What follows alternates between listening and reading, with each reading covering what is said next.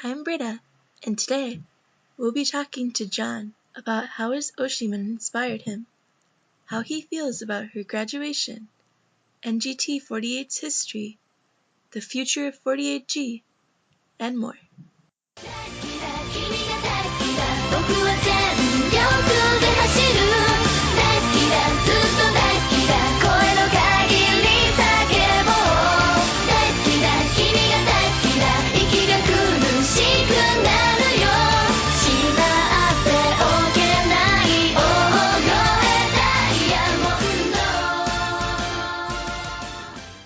Hey John. Hi. Can you start by introducing yourself? Yes, my name is John. Online I'm known as Oogoe on Twitter and Tumblr and so on, and I'm a 31-year-old 48 group and Nogizaka fan from the UK. Cool, so who is your Oshimen? My Oshimen is Kitahara Rie. She is currently the captain of NGT, and she's been also a member of AKB for most of her career, and she was also in SKE for about half a year. And she's also notable because not only has she been in 3 AKB groups, she's also been in all the original teams from AKB A, K, and B. Oh wow, I didn't know that. Yeah, it's an interesting bit of trivia because I mean there are a few other members who've been members of 3 AKB groups. So I think like Kashiwagi Yuki was also Minagishi Minami, probably, right? She's been like KB4. She's been in all of them, yeah. Because she started out in A because she's first gen. Yeah, sadly Ria was never in 4, which has kind of like always been basically the best AKB team whenever it's actually existed. Yeah, so how many years has she been in 48? So she joined in October 2007 as part of 5th gen. So Okay, wow. it's a long time even for, I mean, you know, there are like AKB members who've been there for like, you know, 10, 11 years, but even then it's still a long time. Yeah, for sure. So how did you become a fan of the 48 groups, and how did you become a fan of Rie? I mean, like a lot of overseas fans, like AK Bingo was my gateway drug into AKB and like idols in general. It actually happened because I had gastroenteritis. Oh no. And I was thinking, you know, well, what can I do that will pass some time? I was already learning Japanese. If I hadn't started learning Japanese, I never would have got into idols in the first place. And I thought, well, while I'm ill, I'll go on the internet and I'll just look for any Japanese TV program that's subtitled. And AK Bingo was one of the first things that came up. And after that, you know, it's like I started watching it. I thought, you know, these people are pretty interesting. I'd like to see more of it. And in the end, I kind of ended up watching what was probably about 200 odd episodes at that point. Because the subbing community was actually a lot more active back then. So if you wanted to watch AK Bingo, you could pretty much watch it from start to finish completely subbed. You can't do that anymore, which is a bit of a shame. Yeah, so when was that? How many years ago was that? I'm not quite sure, but it was about the time Oogoe had come out and it was winter. Oh, okay. So I think it was like probably like November or December 2012, that kind of time. Yeah, something like that. I didn't get into it because of Oogoe. It's not a great song. That wasn't what led me into that. That might be an unpopular opinion right there. I think it probably, well, it'll be an unpopular opinion on stage and it'll be a popular opinion on Twitter. That's what I think will probably happen there. But like I started watching that, and then, you know, as I kind of was going through them, it's like I started like looking at forums and stuff, and I actually found out that there were sister groups. I think it was like 3 or 4 months before I even realized that there were sister groups even existed. It was kind of the same for me, yeah. And sort of like trying to get into them, I ended up watching. There's a fan subber called Blue Mentaiko on both Twitter, and she also, I'm not sure if she still has her website, but like she definitely used to have one. It was full of like lots and lots of episodes of HKT things that had been subbed. Yeah. And I started moving from AKB to HKT, and that's kind of what stopped me from being like a casual fan and made me like a sort of like more engaged fan who like sort of thought that this was something that they could do as a hobby, really. Mm-hmm. You know, not just sort of like something that I was watching, you know, like for a bit of a laugh.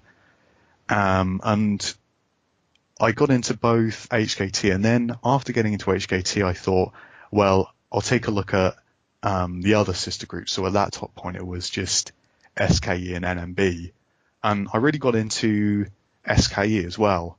But my time with NMB was a bit cursed because my favourite members kept either graduating or being sent elsewhere.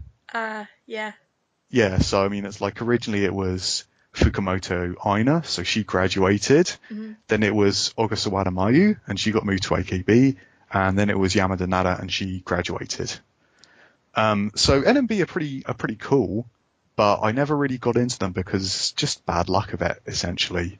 And then from that, I also kind of I saw I think it was Ikoma Arena on AK Bingo, and I started to look out for Nogizaka, and eventually Nogizaka would sort of like become about equal with HKT as my favourite group, and then eventually they did pass them, I think, a little bit, maybe last year. So now I would actually say I'm more of a Nogizaka fan than I am an AKB fan. So how did you get into Rie, since you said you're into HKT and Nogizaka? Yeah, well, I mean, it was a long process because Rie is actually my third Oshimen 48 group. So who are your first two?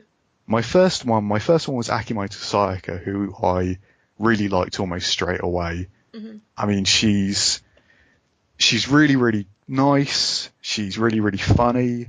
And sort of, you know, like I always saw, you know, her sort of like commitment and her sort of like desire to, you know, like support the people around her. And I really sort of like, I think at first, you know, there were a couple of other people I was interested in, like actually Takamina, the Takashi Minami. I was really, really into at first as well. I really, really liked her personality. But in the end, I went for Akimoto Sayaka, and I think it might have been partly because, you know, like her dad's from the Philippines. Oh, yeah. And I think, you know, like the fact that she's sort of, you know, like she had like one foot in like two different cultures, I found really, really interesting. Mm-hmm. Although unfortunately she graduated in August 2013, so I didn't actually Oshi her for that long, you know, because she graduated, and then after her, like I got into AKB because of AK Bingo. So at first, like most of the members I liked were like, you know, like the funnier members. Yeah. So I moved from Sayaka onto Oshima Yuko. Oh, okay. And again, like actually didn't Oshi her for that long because she graduated in June 2014, I think. Okay. But actually, because you know, before she graduated, I thought to myself, well, you know, like next time I'd like to pick someone who seems like they're going to be in the group for the long term. Yeah. Because I mean, it's like actually, you know, if I'd actually been like a fan for longer, I would have realised that pretty much from the moment I Oshi'd her, there were like warning signs that she was going to graduate. Mm-hmm. Like looking back on it, it seems really, really obvious, but I wasn't thinking about it that much at the time. But it's kind of unfortunate because a lot of people have a very romantic idea of the sort of like Oshi process, you know, it's sort of like you don't choose your someone. Oshimen, your Oshimen chooses you. I definitely chose my Oshimen in like every single sense of the word, because actually when Yuko announced her graduation, I thought, well, who am I going to graduate now? And it had actually been narrowed down to 3 choices, and the 3 choices were Ria, Sashihara Rino, and Matsui Rena.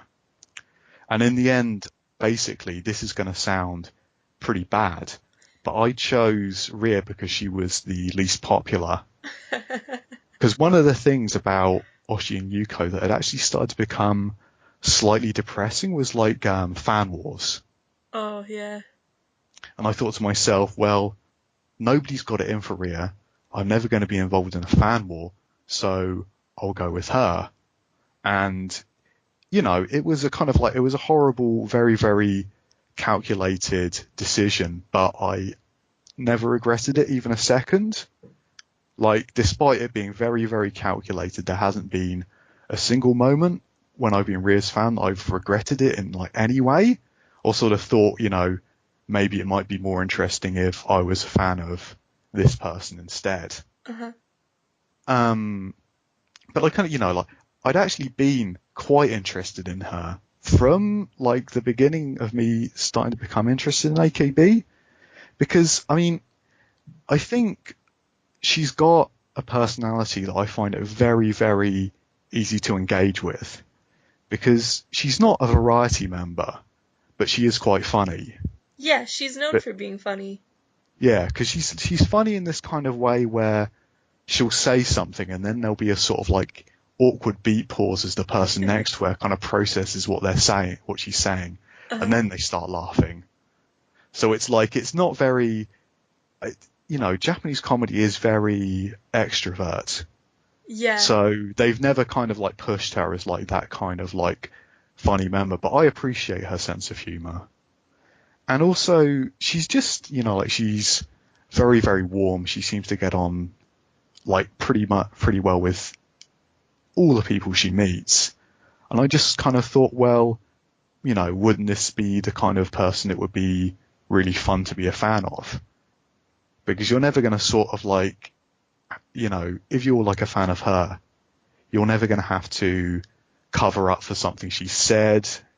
You're never going to have to sort of like, you know, convince people that, you know, like she's a nice person after all. So I thought, you know, she seems really, really nice. I'll go with her. And it really, really worked out brilliantly. Yeah, well, it's interesting you should mention Nakai Rika actually, because if we'd done this about a week earlier, a lot of the comments I was going to make about NGT being a like big happy family would have seemed bitterly ironic. Yeah. So back to Rie, you talked a little bit about her personality, but can you tell us a little bit more about her, like some of her hobbies and interests, and anything else that's interesting about her? Well, in terms of hobbies, it's kind of awkward to answer that question, because I know that actually, like, I always tend to be really, really upfront about their hobbies. Mm-hmm. You know, it's like they really, really talk about it a lot, and I think it's partly because, you know, really a lot of idols were originally idol fans. Yeah. So they're actually kind of like, quite a lot of them are actually in that, you know, sort of like the sort of like nerd demographic. Do you know what I mean? Mm-hmm. They're just more kind of like, they're more kind of like talented nerds than the nerds who end up becoming their fans. Talented and prettier than your average nerds. Yeah, basically. But she's kind of like, Rhea's actually quite a normie, really. Like she's into very, very normal stuff. None of her hobbies seem to like take over her life. I mean, it's kind of like, she's into anime, but sorry, no, she's not into anime. She's into manga, but she reads very, very standard stuff. So it's like she reads like shonen titles. So she reads shonen titles, like especially One Piece. It's like one of her showrooms is actually her like reading a One Piece and then like holding up the manga book so people can see it, and then sort of like continuing to read. It was quite a surreal one, but I enjoyed it.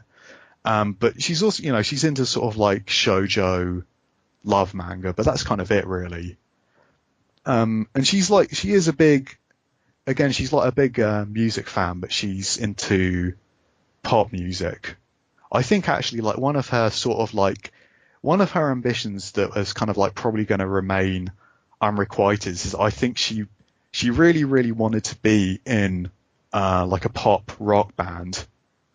Huh. but sadly she's not a particularly good singer, unfortunately. It's like a lot of it, it's something that I know a lot of our Idol fans have to deal with, but Yeah. like she's not a good singer, unfortunately. And some Idol fans really feel like they need to defend it. Like, oh no, listen to this video. She's actually a good singer. But some Idol fans are like, no, my she can't sing at all. I mean, sometimes, like, I have seen her sing, like, decently Mm-hmm. in a sort of, like, very restricted range. But I've also seen her sing awfully as well. Like, I mean, I've seen footage of her. Like, she went back to do a show with SKE a little while ago. Yeah, her singing is awful. Like, really, really bad. And it was kind of an emotional occasion because it was like she went back there to do a sort of, like, special show like after her graduation announcement, because she was in SKE for about, I'm not quite sure, I think it was maybe only like about 6 months or so. But she was pretty popular, like her kenning with SK was pretty popular. Yeah, A lot of people liked it. A lot of people liked it, and she actually got on really well with the members. Mm-hmm. Like, when she announced her graduation, there were a lot of SKE members on Twitter, like I was saying, like, say it ain't so, Rie, please don't leave us. But like, but it's like going back to what I was saying. I think she kind of wishes that she'd been able to do that, because the first thing she did is, like, last year's Janken tournament, which is, like the Janken tournament for AKB, for people who aren't interested in AKB, is like each year for a single they'll have like a competition based on Janken Pon, which is the Japanese name for rock, paper, scissors. Yeah. And whoever wins will get they'll get like a single, or they'll get like a unit or something. Mm-hmm. And Rie went as part of a unit with Miyazaki Miho and Oya Shizuka. And they didn't win, but they got close enough that they got a B-side. And the B-side was them, like, doing a single as a kind of, like, fictional band. All right.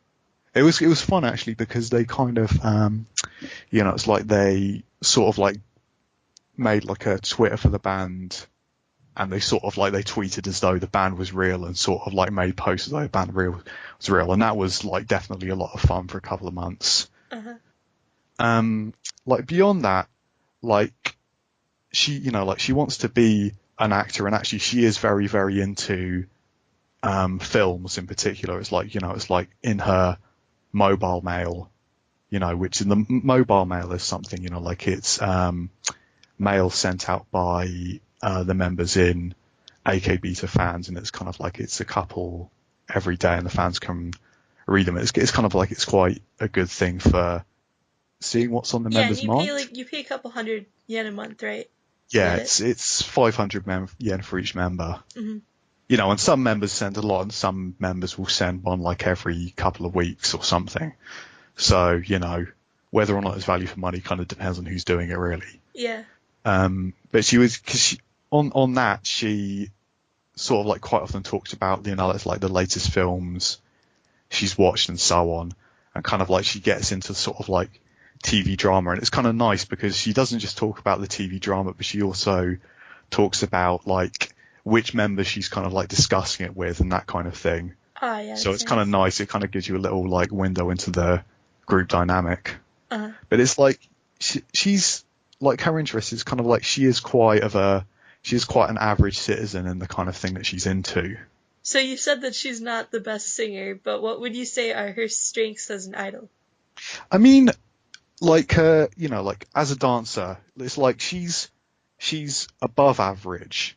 Mm-hmm. Like she's not very, very good, but she's above average. But what she does really well is, there's two parts of like idol performances. There's the actual dancing itself, like the technical aspects of it. And she's okay there, but she's not outstanding. But what she is really, really good at is she's really, really good at sort of like drawing the audience in. Yeah. So, in terms of sort of like, it's kind of like when she looks at the fans or she looks at the camera, or, it's like she'll do like a little bit extra or something during the dance. Like she is very, very good at that part. But I mean, mostly it's because the thing that I find really, really appealing about her is that she has a really amazing ability to sort of like make the people around her feel sort of like wanted and valued and sort of like cared for. It's kind of like it's kind of like when she announced her graduation on Twitter, there was like actually a pretty surprising outpouring of like emotion from like so many different people. I mean, it's kind of like there's the NGT members, obviously, because like the NGT members, not on Twitter, but through like blogs and stuff. It's like, it's like they all talked about that. Yeah. But there's Most of also the NGT members don't have Twitter, right? No, I think partly it's age restricted and partly I think some NGT members get Twitter when they do some kind of outside work. Yeah. Why they don't have it, I'm not quite sure. I've heard people say that they're waiting for the youngest member to be old enough to do it, because I think nobody pays any attention to it, but I think Twitter apparently has some kind of age restriction, which is ignored by like everyone.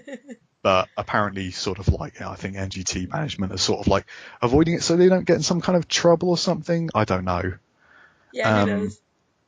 But as like as well as the NGT members, like there were lots and lots of like older AKB members talked about it, but also some quite surprising people. So for example, there were actually a couple of, draft people who sort of like only knew Rie for a few months, maybe a couple of years. But some of those people talked about her as well. Like the one that really sticks out is like Gotomoe.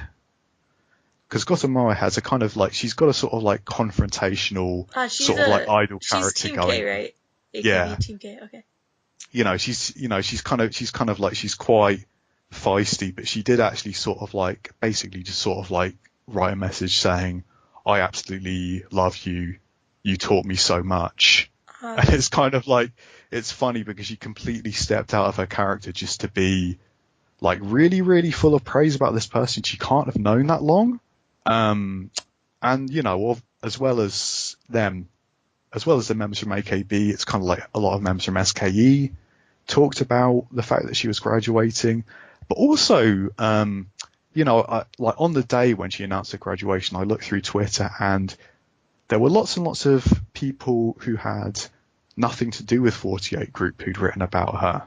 So, it's like sort of like people who were on like, I mean, then I don't think there's anyone particularly famous there, but a lot of the people she'd worked with, like on TV and radio, had sort of like written about it as well.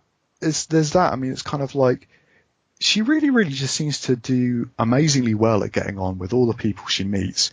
And she also kind of like, to me as a fan, and this is something that I know a couple of other Rie fans. There's not that many in the international community, but everyone sort of talks about the fact that sort of like watching her makes you feel kind of like warm, like warm inside. It's like whatever she's doing, she sort of like has this sort of like amazing ability to make you feel good about yourself.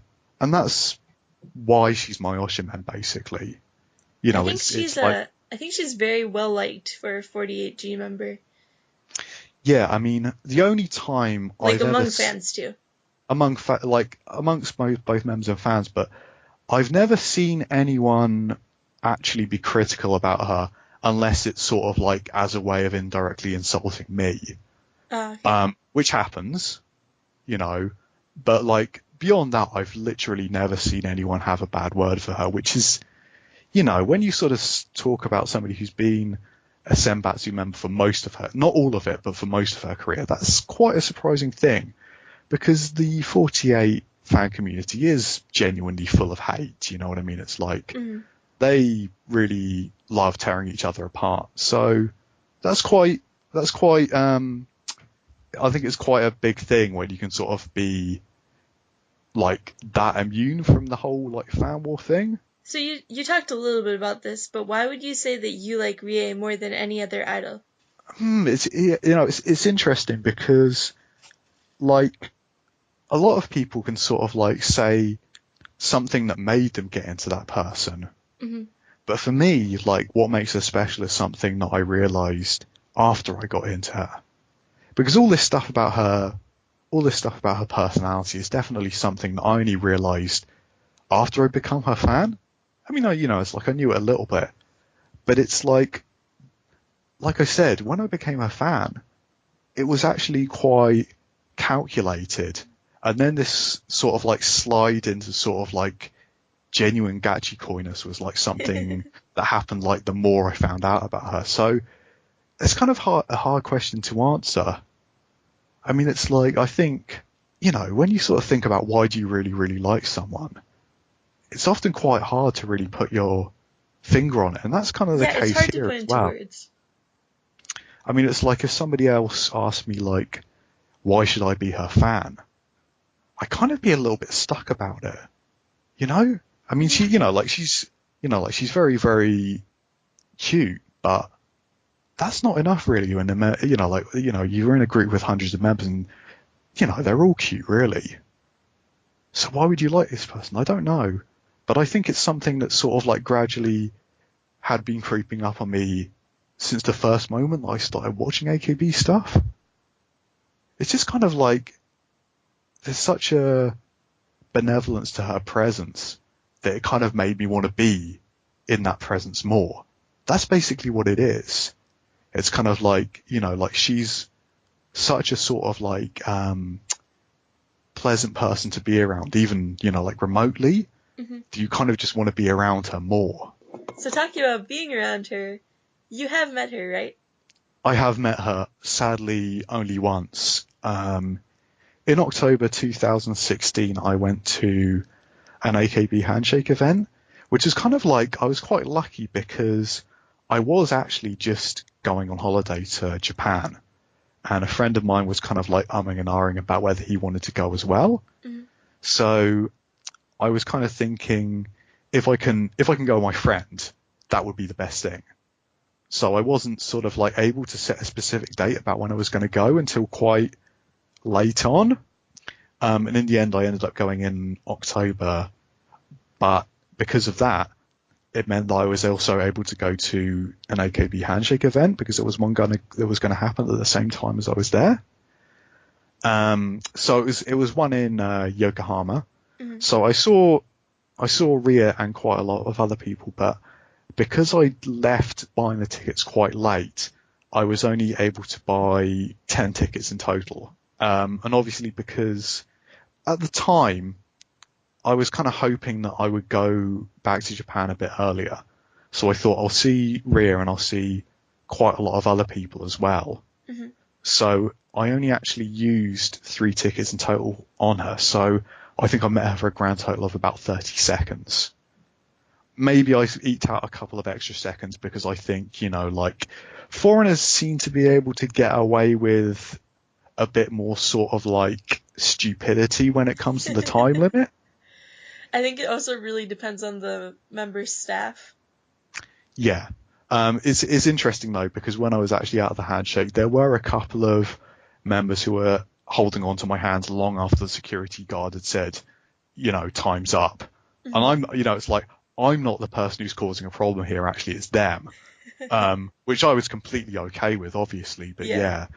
I went to see her and yeah, it was actually, I know that a lot of Indie Idol fans sort of, like see the 48 handshake as being a bit anemic because it's almost a sort of like blink and you'll miss it experience. Mm-hmm. It's sort of like you pay and you get to meet them for about 10 seconds and that's it. But it was honestly, I can say, like actually one of the best experiences of my life. Like not just with her, but also with most of the members that I went to see on that day as well. I mean, because it's so brief, essentially what, like I think I've basically got the whole thing written down actually here. Like, it's like I went in and I sort of like said to her, like I've been your fan for 4 years, it's like I've had a really, really amazing time. I'm so happy to have finally met you. And it's sort of, it's like I got like, I can't remember exactly what she said, but I got a really good reaction back from that. And then she asked me where I was from and I said, I'm from England. And then she said, nice to meet you. What's your name? In English. Uh-huh. And her English is actually surprisingly good. Like it's something that's like literally never come up in like any other context. But yeah, like her English is pretty good. Like, like her accent is pretty good. And I said, so I told her my name and I told her that I was from the UK and that was it.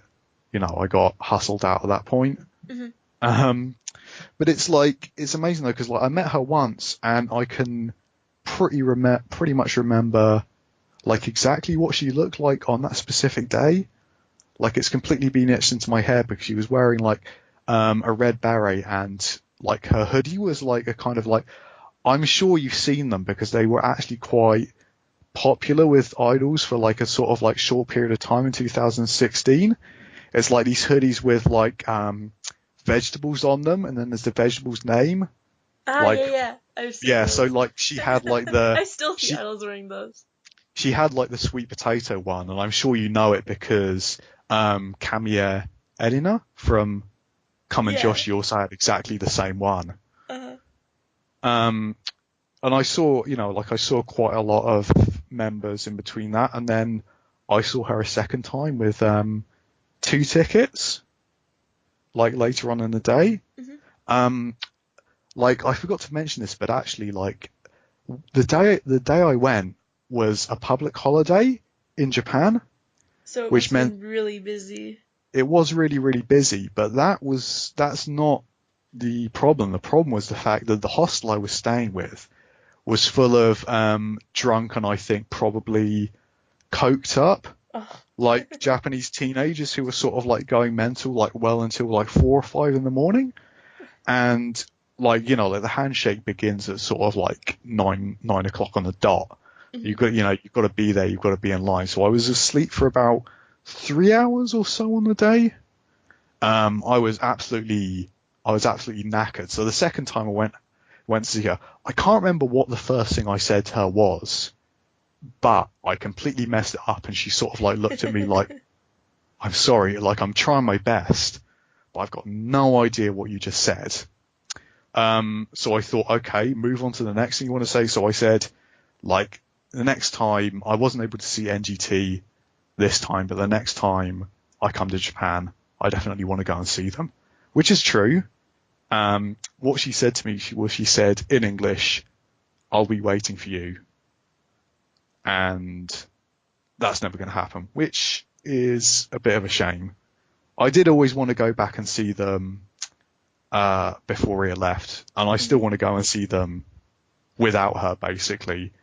But I always kind of feel a sort of sense of regret of the fact that I'll never be able to fulfill that promise. It's a bit of a shame, really. But as I walked away, she sort of called out to me. She said, "Was that right?" Because she said, "I'll be waiting for you," in English, and she said, Yeah. "Was that right in English?" And I said yes. And then she gave me a sort of really, really big thumbs up and a really big smile. And it's Ah, nice that's cute. because they're not supposed to talk to you when you're not stood in front of them. Hmm. As you're walking away, they're not supposed to say anything. So she broke the rules, and that was quite nice. It was Yeah. quite nice that she broke the rules for me. So, if you were able to meet her again, or, I mean, it might be possible in the future because she plans to stay in the entertainment business, but, what would you want to say to her? I think the thing that I really want to say to her is, I want to thank her because she was a positive influence in my life. Do you know what I mean? It's kind of Yeah. because one of the things that I didn't talk about earlier is that actually she's incredibly ambitious and driven, but in a way which is quite unusual for an idol. Because a lot of idols want to be the center, that's what they're really Yeah. aiming at. But she kind of defines her ambition in a different way, because what she wants is she wants to be important to the group. So she wants to be able to sort of make a significant contribution, and she wants people to know who she is, but she doesn't really want to be center. I think it's basically because she doesn't want the stress. If I'm Hmm. honest, I think that's what it's all about. So, around 2014, 2015, her career was really, really in a bad place. And she made an amazing comeback. And so that's kind of, something I learned from her, is kind of I sort of learned the fact that even if things look really, really bad for you, like if you sort of like persist with something you really, really care about, you will eventually make it if you try hard enough. Or well, maybe that's not the right way of saying it. It's more like saying unless you persist with it, there's no chance of getting what you want. Yeah. Because, you know, she sort of like went from an AKB member who'd basically been forgotten to an NGT member who most 48 group fans will know again. Mm-hmm. And it's, you know, it's basically because when she was given the chance to go to NGT, you know, instead of kind of like doubting her inability, she just sort of like decided to dive in head first and sort of like commit to it absolutely. And in the end, it really paid off for her. So, you know, it's kind of like, as well as sort of like because I mean, I feel like she sets an example for me to sort of like be a more pleasant person to the people around me, which I think is really, really good. But she also sort of like encouraged me to sort of like care more about the things that I care about. So if I saw her again, that's sort of like what I tell her. I'd sort of like tell her, you know, like, firstly, thank you for entertaining me massively for years. I mean, it's been like 4 years that I've been her fan now. It's, you know, it's pretty, I mean, it's probably like, I'd say like about like a third of my adult life, you know, so it's like, it's a pretty significant thing. Yeah. So I'd say, you know, like, thank you for entertaining me and thank you for just setting an example that I'd like to live up to. That's what I'd say if I ever saw her again. You sort of just touched on this, but really quickly, what would you say are some of her greatest achievements as a person or as an idol, and some of her milestones in AKB, SKE, NGT? Okay, well, I mean, you know, when she was, when she sort of joined as a fifth generation member, like, surprisingly, she was actually identified as being like the ace of that group. Like, you know, like AKB has this kind of weird sort of like way where they sort of like tend to sort of like identify some kind of de facto ace within each generation right that comes away. in, which is interesting. It's interesting because fifth generation is the same generation that Sashihara Rino, you know, AKB's most sort of like world-conquering member ever probably, was also in. And they were best friends, which makes it even more insane. So rather than Sashi, Rie was the one who was identified as being like the most likely member to sort of like become like a sort of like center or something further down the road. And actually, you know, like she joined in, let me just check that I've got this exactly right. She joined in October 2007 and her first single appearance was in Oogoe Diamond in November 2008. So, I mean, first, you know, like a year from selection to first appearance is pretty short. Yeah. Like like, you know, especially because, I mean, it's like AKB is very, very hierarchical. It's quite difficult to sort of like break that hierarchy as a younger member and sort of like work your way in.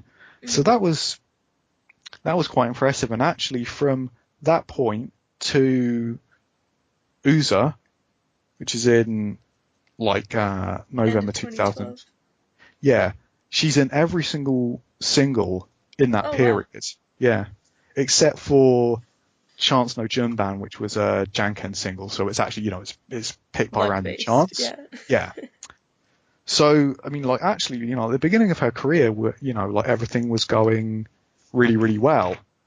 And like, I know that a lot of if there's any Indie Idol fans listening, they're probably going to be bored by any sort of like mention of the Sosenkyo, like the you know, like the AKB election to determine who goes into I don't know. singles. I think a lot of people are entertained by the Sosenkyo.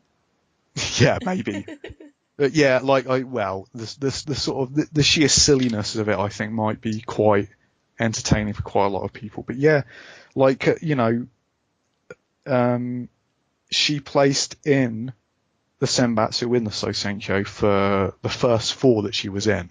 So, like, that's really, really good going as well, sort of like 2009 to 2012.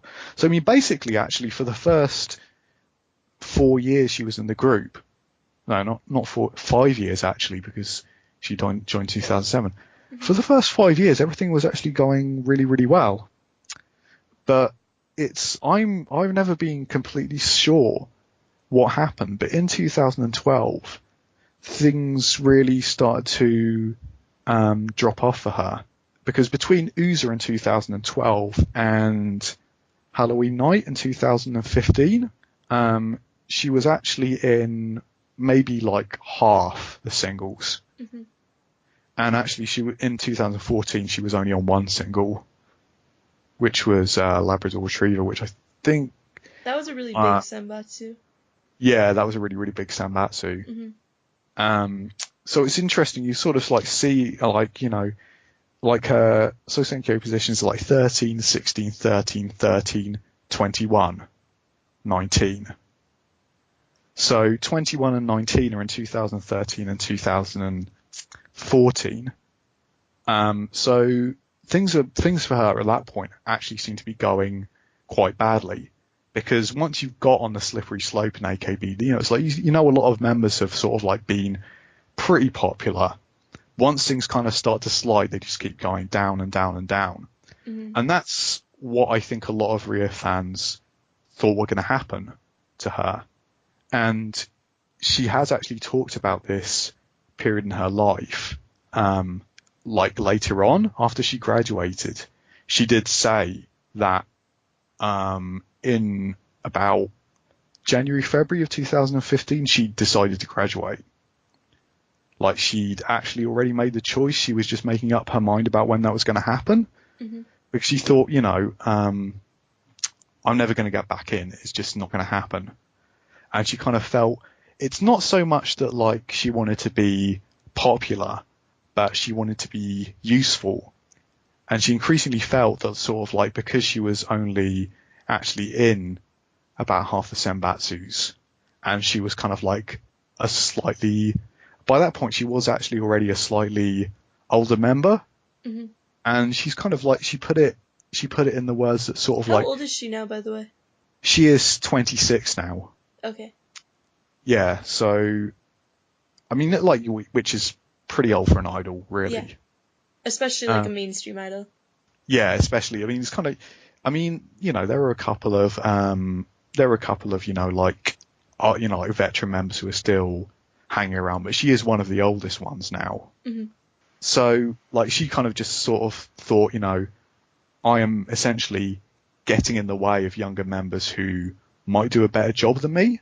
And that was actually when she was approached by two people. One of them was Akimoto Yasushi, everyone's favourite hate figure, producer of AKB48. Yeah, Aki P. So she was approached by him and one other person whose name I can't remember, but it was like another like management type in AKS. Mm-hmm. And they said, we're gonna form a new group in Niigata. Like, would you be interested in being one of the founding members of it? Now, I don't know who the other members are, but Rie was actually not the first person they asked about this. Huh. And she knew that, and she sort of like thought, well, this is the only chance I'm going to get to be an important, relevant idol in 48 group. There's not going to be another one that comes along. So she sort of said that, like, I think she thought about it for a day and then said yes. And from that point onwards, things changed really, really fast. You can actually sort of like, it's kind of like, it's surprising that when idols are in like a 48 group or something, it's like pretty much all those members have got a pretty big fan base. Mm-hmm. You know, like hundreds or thousands of people. But the kind of commitment they put in is kind of, you know, it's very much based on, you know, like morale. It's kind of like, does it look like your Oshimen is going up or down? And I think, you know, like Rie always had quite a lot of fans, but as soon as NGT was announced, it gave her fans something to sort of like hook onto. And you sort of like see that straight away, sort of like people are, like her fans are talking about her more, like they're going to go to her handshake more. And the biggest thing which happened was in 2015, in the 2015 Sosenkyo, this is something that's kind of like, unless you're really, really into AKB, you won't know. It was an absolute bloodbath because the numbers of votes for pretty much every single member of the group is like, they're massive. They're huge. It's actually, probably one, if you take away like the top 3 or 4 members, it's probably actually the tightest for Sosenkyo of them all. Huh. And in that one, she went up from number 19 to number 11, and she went from about 35,000 votes to over 60,000. Wow. So you can sort of like see that it's like, like her fan base is suddenly like, this is something we can sort of like get into. We'll all get into this NGT thing, and we'll sort of like all be as like enthusiastic about it as we possibly can. Mm-hmm. And, like straight away, like, fortunes sort of like completely shifted, because after that Sosenkyo, Halloween Night is the single which sort of like was, like that Sosenkyo determined the Senbatsu for Halloween Night. Mm-hmm. And since then, apart from High Tension, where she was replaced as the NGT representative by Nakai Rika, I think. She was in every single until Jabberjaw, which was the most recent one, which was actually, that's after she's already announced graduation. Yeah. So, like it's an amazing turnaround, and it's kind of like, also in the two Sosenkyos after that, she placed 12th and then 10th. So, 10th? Was 10th her highest rank ever? Yeah, 10th was the highest rank in her last one in 2017. Because at the beginning, she was always one of the lower Senbatsu members, right? Yeah, she's always been in the bottom half of Senbatsu. Mm-hmm. She's still not the top half because it's 10 out of 16. Yeah. But it's quite interesting because, as I said, it's like when AKB members kind of, when their popularity slides, it usually just keeps sliding and they never get it back. There's a couple of high profile exceptions I can think of from SKE, which would be Takeyanagi Akane and Suda Akari. They both had some pretty sort of tough times in Sosenkyo with their rank slipping and everything, and they Yoshida bounced back. Akari definitely changed it with her YouTube channel. Yeah. Was her popularity sliding? I believe so. I think she went down a lot in the elections. Right, okay. But I'm not the number one Yoshida Akari fan, so. Yeah. But it's quite unusual. But I think what makes this kind of turnaround unique is that sort of those 3 members Takeyanagi Akane, Suda Akari, and Yoshida Akari, they were all both Yoshida still. Yoshida Akari's not SK, but yeah, she's another high-profile example. Yeah, but they were all still important to their separate groups.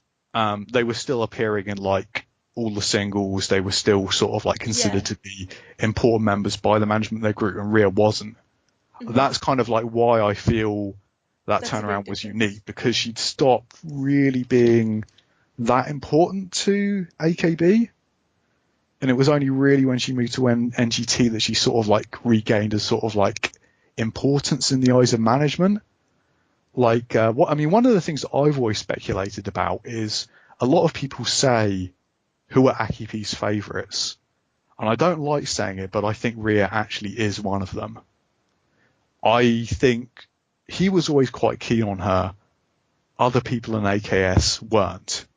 So that's actually why she got this call, I think. It's kind of because I don't like Akipi, so it kind of sucks to say this, but he did actually probably save her career.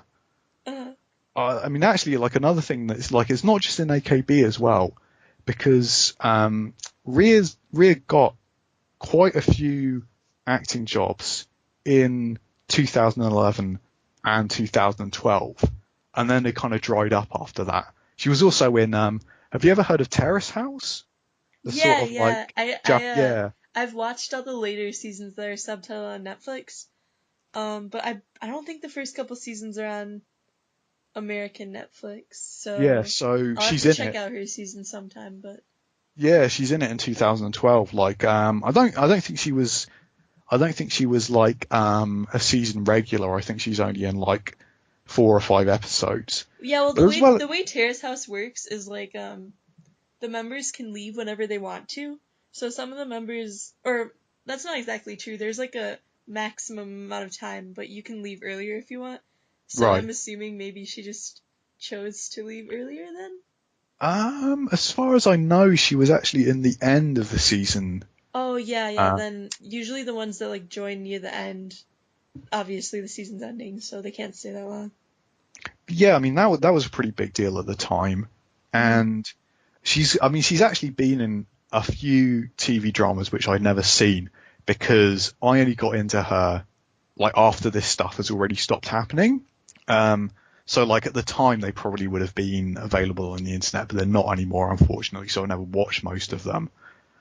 She's been in a couple of films, and again, just like I've been unable to get hold of them, so I've never actually seen them. But that dried up. But it's quite interesting as kind of like actually in at the beginning of this year, she was the lead role in a film for the first time. Ah, yeah, I It heard was about that. I can't it remember what was film it was, but it's called Sunny 32. okay. And again, I would love to say that I can give people more information about this, but I live in the UK and I've never seen it. Yeah. So I have no, I have no idea. The only time I've ever actually really properly seen her act is in, um, a couple of like, in 2015, I think it was, AKB did like a couple of like drama series. So it's kind of like they were all these sort of like independent episodes where, Are you talking it's about the like, horror one? yeah, the horror one. Yeah, I And remember that. there was also like a romance based one as well. Like Oh, on the okay. same premise, sort of like there would be like each like member would get their own episode. And she's pretty good in the horror one, but she's actually really, really good in the romance one because it's quite interesting actually because AKB's version of romance is quite um, sugary, but this one is quite good because it's sort of like the storyline is based around, it's sort of like there's two people who knew each other in university, and they meet up at a bar, and it's sort of like they talk things over, and it's kind of Hmm. like the message of the episode is that these people fell in love with each other, never really found anyone else in the intervening period, but it's kind of become too awkward for them to sort of like bring it up at this point. Huh. And she's actually pretty good. So, like I can't, what she wants to do with her career after AKB is she wants to be an actor. And I don't know how brilliant of an actor she is, but like based around the small bits I've seen, I would say that considering the fact that the standard of acting in Japanese TV is not particularly great, I think she's got a pretty good chance. So yeah, like there was this turnaround, but also it's also interesting because NGT was announced in March 2015, but they didn't actually. The members were chosen in July, but they didn't debut until January 2016. And there's quite a lot of time where she was really kind of doing a lot of stuff by herself in Niigata because it's like the group hasn't been chosen yet, so they don't actually exist. Hmm. So for a couple of months, she's actually basically just like the only member in NGT, which was a strange period, but it's also a period where I think she did really, really well because it would have been quite difficult to be the only member. It's like there's this group which only exists on paper, and you're the only member, and you've got to sort of Yeah, like go around definitely doing a PR, challenge. doing PR for this group which doesn't exist yet. And I really, really think that during that period, she sort of like really rose to the occasion and showed what she was made of. And also, you know, there's the theatre debut. You know, it only happens in January 2016. So it's about half a year where NGT, you know, the group's been chosen, so all the members are there now, but they're not actually doing anything. Mm-hmm. And it's a really, really stressful time because a lot of people don't really know what's going to happen. It's like a lot of people don't even know whether NGT is going to debut because the theatre doesn't exist yet. They don't seem to be able to get the money for it. And a lot of people are wondering, you know, it's like, is this going to be a colossal disaster? Like, is this group actually going to split before? Yeah, because it was kind of people were thinking it was a big risk too, right? Because like at that point, all of the places they'd picked for new groups were like pretty major areas, but Niigata isn't that major of an area. I mean, Niigata's a pretty big. I mean, it's a pretty big city. Well, yeah. I say that compared to cities in the UK, it's a pretty big city. But it's not like, I mean, you know, like Fukuoka is a major center in Kyushu. Like, Osaka is the second city of Japan. Nagoya is the third largest city in Japan. Niigata is the largest city in its local area, but it's northern Japan is like it's pretty sparsely populated. And in fact, I think you can actually only get to Niigata on the Shinkansen from the south. I'm not even sure if you can get there from the north. So a lot of people were worried about like whether or not a fan base for that group would even exist. And it's interesting because I don't know whether most people won't have picked this up, but NGT does quite a lot of advertising. And the reason why NGT does a lot of advertising is because most of the money for their theatre was put up by the Niigata Chamber of Commerce. Huh. So a lot of the reason why NGT exists in a monetary sense is to advertise Niigata. Mm-hmm. But yeah, but it's interesting because despite all that stress, NGT doesn't graduation until March 2017. So it's about 2 years after the first member's been picked, which is quite a good record. But it's also, I also think it's an amazing testament both to Rie, but also Imamura, who's the theatre manager for NGT, in terms of like keeping this group of members together and keeping their morale high in a situation which is sort of like really, really stressful and is also like really, really conductive to everyone sort of like saying this is never going to work out. Mm-hmm. Because as well as them not debuting for about half a year, they don't get their first single until April 2017. Yeah, so and it's like it's almost 2 years between them being formed and them actually getting their first single. And Keyakizaka was formed around the same time as NGT, right? But they got everything going way faster. I mean, I kind of think that at the time, people were talking about this idea there might be some kind of rivalry between NGT and Keyakizaka.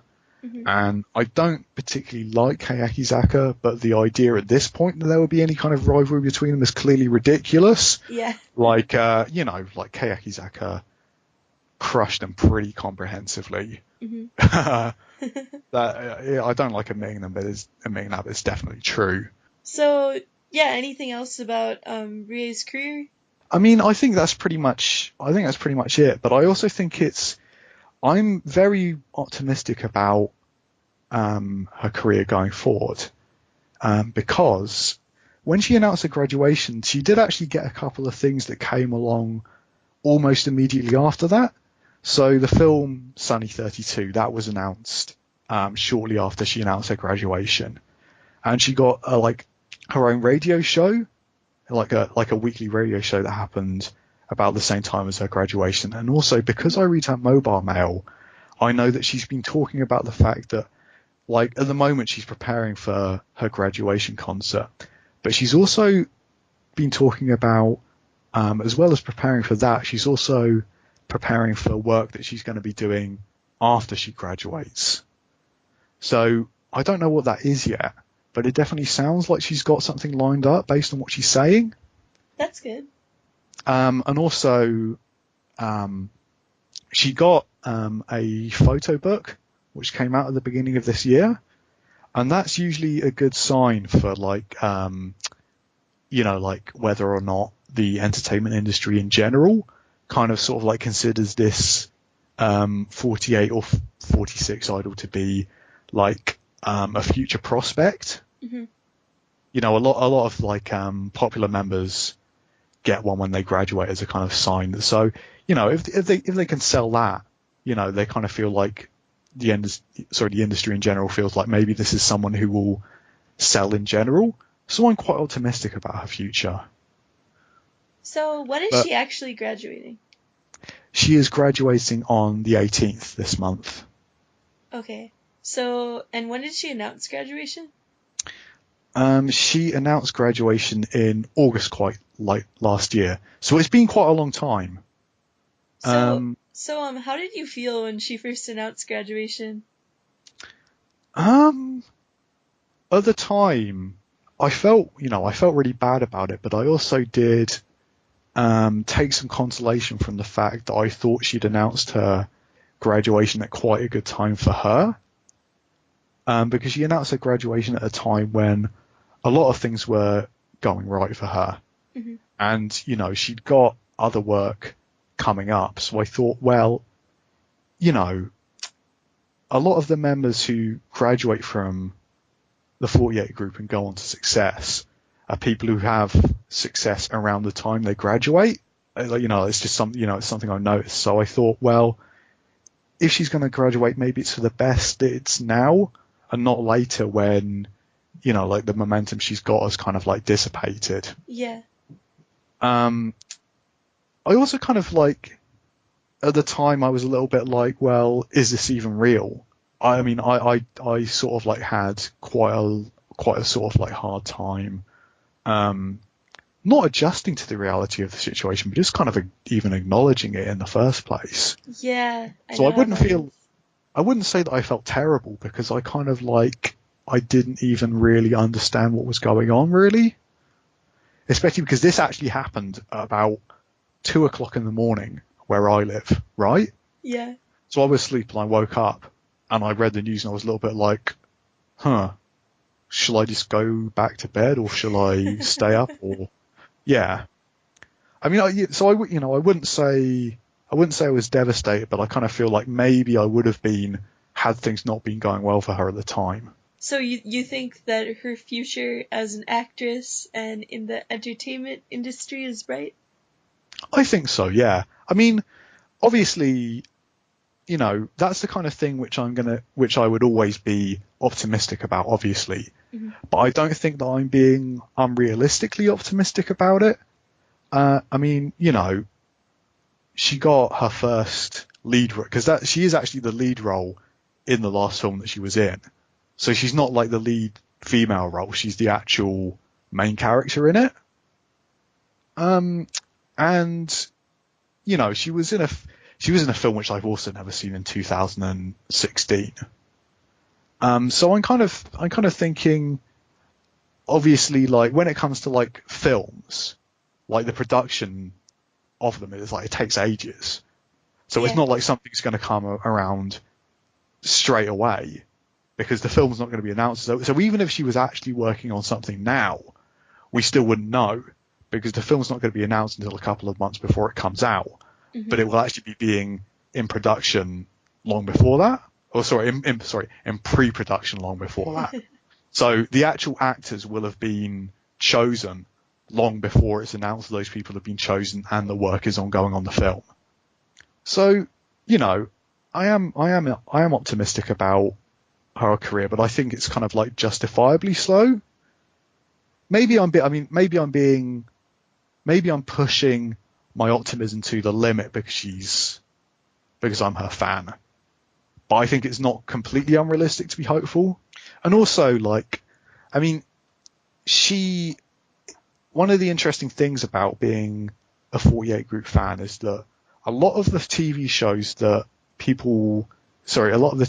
members appear on will like eventually be uploaded to the internet, but some of them won't.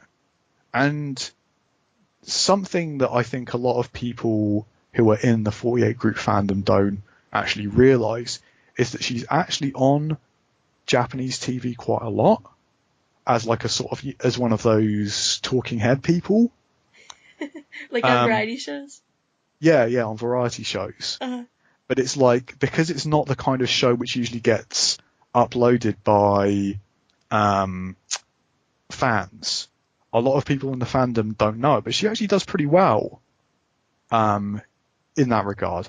And I didn't even know about this because she talks about it in Mobile Mail, or she talk about it on her blog or something. So, I mean, you know, if the acting doesn't work out, maybe that's another way she'll be able to be successful in the future. I don't know. But I'm optimistic about her future. So if whoever's listening is interested in learning more about Rie or NGT and they can't go to Japan, what would you recommend for them? So videos or social media, blogs, anything like that? Unfortunately, I'm not actually the person who ran it. Like, there used to be a sort of like Tumblr dedicated to her, but its owner left the fandom and it's been discontinued for a couple of years. I don't know what happened to that person. I think she just lost interest in idols, because she definitely didn't Oshimen. I think she just lost interest in idols and stopped bothering with it. But if you want to sort of find out more about her, the best thing is that there was actually a documentary made about her in 2015. Oh, okay. Like, AKB has actually made a couple of documentaries about some of its members. So there's one about Komiyama Haruka. There's one about Tano Yuka. There's one about Akada Nana, and also like Rie is one of the people they chose. So if you Google for AKB48 Ura Story, Kitahara Rie, 24 Sai Idol no Ikikata, that has actually been subbed by the subbing group MKM48. It's a great source of information if you ever want to know more about her. It's kind of like, it does actually go into quite a lot of depth. I love it because it's kind of like, it shows, it shows the way, like she really does connect with people very well. And also kind of like how difficult it was for her in 2012 and 13. But also the thing that I really like about it is that it shows how close she is with her family. Like, she's really, really close with her family. Mm-hmm. It's actually kind of like one of the hardest thing about going to Niigata for her was actually not, it's not actually even like leaving like the group behind, it's leaving her family behind. Because she used to live in Tokyo, and Tokyo to Nagoya is not that far. But so her family's from Nagoya? Actually, sorry, her family lives in Aichi. They don't live in Nagoya, but they live very, very close to it. Mm-hmm. I'm not sure what town they live in. I've never had any sort of like desire to go and stalk them, so I've never found this out. But yeah, like, if you want to know more about her, it's like, there's nothing better than that. And also, I mean, there are quite a lot of like, if you want to sort of like know more about her from the sort of like variety side of things, there was an amazing program where, I'm not sure about the title, but it's something like Kitahara, Kashiwagi, Nishigata, and Ogino travel to Niigata and Sado. Yeah. This is a brilliant sort of like hour-long program. I think from when the only members of the group were Rie, Yukarin, who sort of like is a kind of like Kenin member in NGT, and the two members, Nishigata and Ogino Yuka, who's now become very popular, which I'm very, very happy about, because I think she's great. And they sort of like travel around Niigata and Sado Island, which is kind of like off the coast. It's really, really good, and it's sort of like, it's great for sort of like showing the sort of like bond that was built up between particularly Rie and Nishigata and Ogino, like very, very early on in the group. So that's great. There's also an episode of Hakata Hyakkaten, which was with it's a show hosted by it's a show hosted by Sashi, featuring all the HKT members, and she went on when HKT was still a very new group, and it's kind of like that's really nice. You can sort of like see how sort of like warm and friendly she is on that, and it's kind of like it's been subbed by half-ass subs. Yep. You know, half was on the show She was. a while back. So they subbed that, and it might be a little bit hard to get a hold of a copy of that now. Yeah, a but lot it of is the out there episodes somewhere. got taken down and stuff. Yeah. And obviously, like, they're not particularly interested in 48 anymore, so maybe that might be why they never re-uploaded them. But the soft sub is out there somewhere. So if you can get a hold of the copy of the video file, the soft sub is quite easy to get hold of, so you can play them alongside each other. She was in a show called this is quite an old show. I think it's maybe from 2011 or 2012, called AKB 600 Seconds, which was sort of like a show that was done, which sort of like it followed each of the members it did round for a day, and that was done by Idol fan subs. So there's a sub out for that as well. NGT has their own local show called Niigata Friend, and Rie appeared on episodes 1, 2, 3, and 31, 32, and 33, and she's also making a final appearance in the episodes which are airing now from 63 onwards. That's not been subbed, but I think it's quite a good thing to look at to sort of like get an idea of like the sort of like group dynamic. I think a lot of variety shows, you can watch them without understanding that much Japanese and still get a good idea of the members and be entertained. Yeah. Well, I mean, one of the members that is on Niigata Friend with Rie in episode 31, 32, and 33 is Yamada Noe. And Yamada Noe is incredibly loud and outgoing, Yeah. and you will definitely know about her if you watch those episodes. You don't need to understand Japanese to know what kind of a person she is. You don't. Another thing which I think is quite good is Nemousu TV, and it's episodes 1, 2, and I think 3, I'm not completely sure, from season 22. And this is something, the NGT members, this was sort of like made in their sort of like difficult period between all the members being chosen and their theatre finally opening. They go and they sort of like, you know, it's like they learn a sort of like taiko drum routine, and they're really, really bad at it. And it's kind of like near the end, it kind of becomes a bit awkward, and you know, it's sort of like Rie sort of like starts getting quite upset because it's kind of like the difficulties they're having on that day are kind of like they like mirror the difficulties that the group is having in general. And what you get is like an amazing scene where it's like she sort of like she starts crying because she's all frustrated and everything. And every single member, it's like there's like the members who are near her, sort of like they go and comfort her, and then the members who are in the other rooms find out what's happening and they all come over as well. And in the end, what you've got is you've got this amazing scene where every single member of the group is around her. And then they go on and they do brilliantly from that point onwards. And I think it's kind of like, it's actually one of the most sort of like affecting scenes that I've ever seen for one of these programs. Like that one really got to me.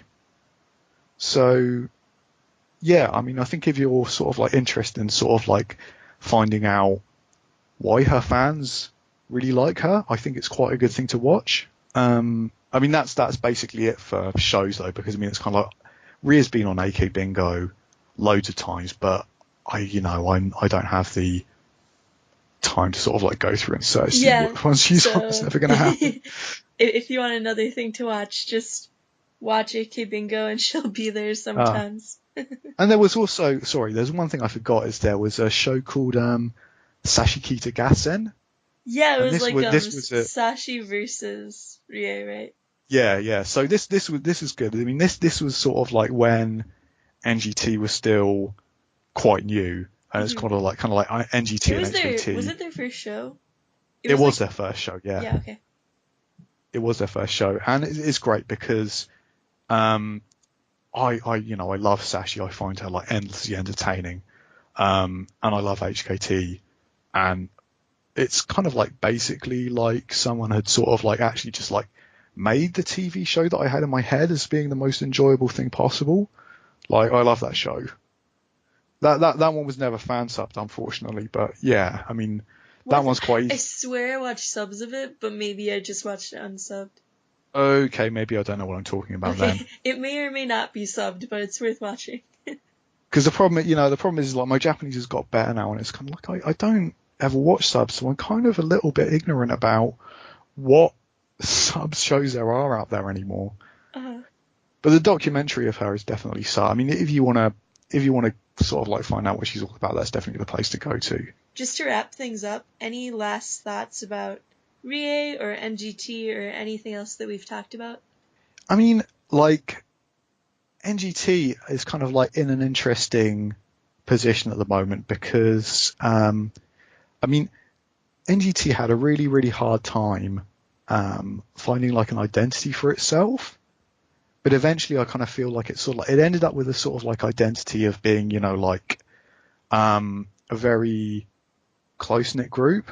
Hmm. So I mean, there's two problems there. The first problem is the fact that sort of like Ria has been very very supportive of all the members. She's been a major part of what's kept the group together through some difficult times. I'm kind of worried about the group cohesion after she leaves. Especially because you mentioned earlier on sort of like Nakai Rika's interview on Hamachangar, where she sort of mentioned that she doesn't get along with any of the members and that a lot of the members are sort of like, like sneaky bullies and that kind of thing. Yeah.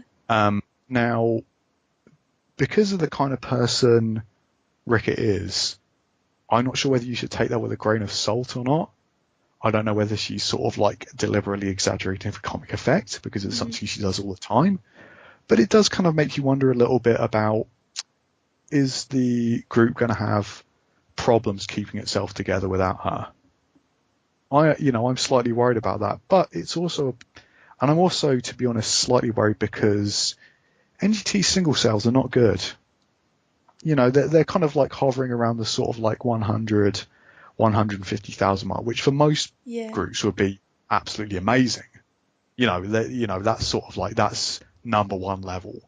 Hmm. But Yeah, for sure. Like, outside of 48G and like Johnny's groups and stuff, you don't really yeah, get that. I mean, for example, like I would say that I'm the other J-pop group I absolutely love is Perfume, Hmm. and that's like higher than their single sales, Yeah. and they're sort of like regular um, Kohaku Uta Gassen. Like they regularly appear on that like almost every single year. So, Hmm. you know, that's in the grand scheme of things, that wouldn't be that bad. But the problem is because 48 costs a hell of a lot of money to run. And because of that, unless you see like a really, really big return in singles, it does kind of like put the future of the group in jeopardy. Hmm. Especially because, like I mentioned earlier, that the Niigata Chamber of Commerce put forward quite a lot of the money for NGT Theatre to be built, and I'm not completely sure whether NGT owes them any money for that. That's kind of a slightly worrying thing to think about. But on the other hand, NGT's performance in the Sosenkyo last year was amazing. So the question is are they doing badly or are they doing well? I can't really say. I think things could go either way for them. But I think you might also, I mean, I mentioned the single sales, but I also feel like 48 in the future is probably going to increasingly have problems selling their singles. It's a bit of a kind of, it's a bit of a dip time for them. I'm Yeah. not quite sure whether or not they'll come back in the set, because I mean, like if you look at like Morning Musume, they sort of like, they were massive. They were massive. I think they sort of like had some problems and their single sales dropped off, but I think they've kind of bounced back in recent years. Yeah, If their I'm single right about sales that. were, I say really bad. I mean like really bad compared to what they used to be. Yeah. And then they went up a lot. I mean, they're still nothing like they were back in the golden age of Morning Musume, but they're way better than they were. They really bounced back. So I'm kind of wondering whether that's something which might happen to, because 48 Group is kind of like, they've got a lot of problems with management really not being able to sort of like form some kind of coherent strategy for the group going forward. In the end, they might have to fail and come back. That might be what they need to do. So what we're seeing with NGT's single sales might actually be more the sort of like result of a kind of like malaise across the entire kind of like 48 empire. Mm-hmm. Or maybe it's them, I don't know. So yeah, I mean, but I personally am looking forward to following NGT because personally I don't have any interest in how many singles they sell as long as they're still there.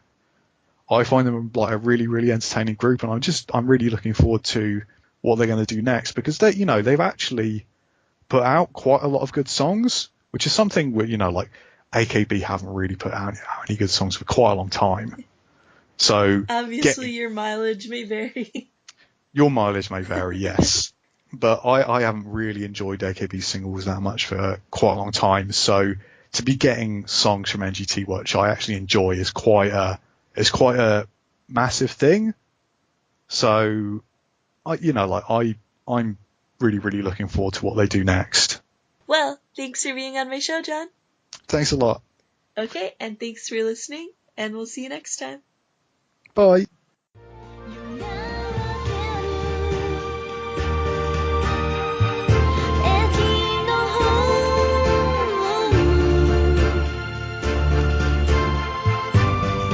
披上我